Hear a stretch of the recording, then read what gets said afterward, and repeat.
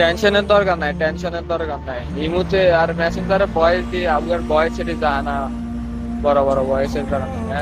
যেটা কইতাম sir, tension এত বেশি করিস না, আল্লাহ যা কোয়ালা রাখছে তাই হইব। আর অল্প কিছুটা সময় ধৈর্য ধর, ইনশাল্লাহ আল্লাহ সবকিছু ঠিক করে দিব।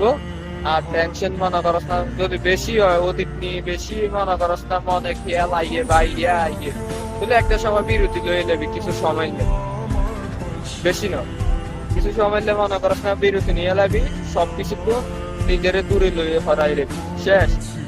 তবে একাকিত্ব মনে করস না, কোনো সময় একাকিত্ব বোধ করিস না, একাকিত্ব নিজের একাকিত্ব মনে করিস না, আসি সব সময় আসি, কোনো সমস্যা নাই। যে কোনো বিপদ আপদে মনে করস না কল দিবি, বালা না লাগবো কল দিবি, কল দিয়ে যোগাযোগ করবি, ইয়ে করবি, মন দিল খারাপ থাকলে কল দিবি, সমস্যা নাই।